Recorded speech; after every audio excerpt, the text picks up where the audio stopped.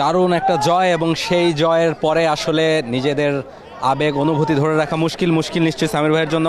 ভাই আসলে আপনাদের টিমটা আসলে যেভাবে টুর্নামেন্টটা শুরু করেছিল, আসলে অনেক চড়াই উতরাই ছিল, আপস অ্যান্ড ডাউনস ছিল, শেষ পর্যন্ত দলটা ফাইনালে যেভাবে উঠলো, পুরো জার্নিটাকে কীভাবে ডিসক্রাইব করবেন?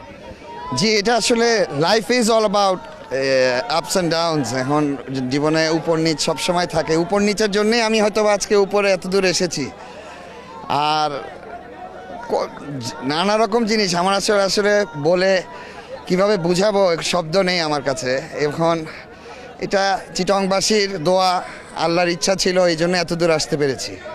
প্লেয়ারদের পারফরমেন্স নিয়ে কি বলবেন? আসলে তারা যেভাবে স্পেশালি লাস্টের দিকে এসে যেভাবে পারফর্ম করেছে, টানা বেশ কিছু ম্যাচ জিতেছে, এরপর আজকের ম্যাচটা তারা যেভাবে জিতলো লাস্ট বলে এসে।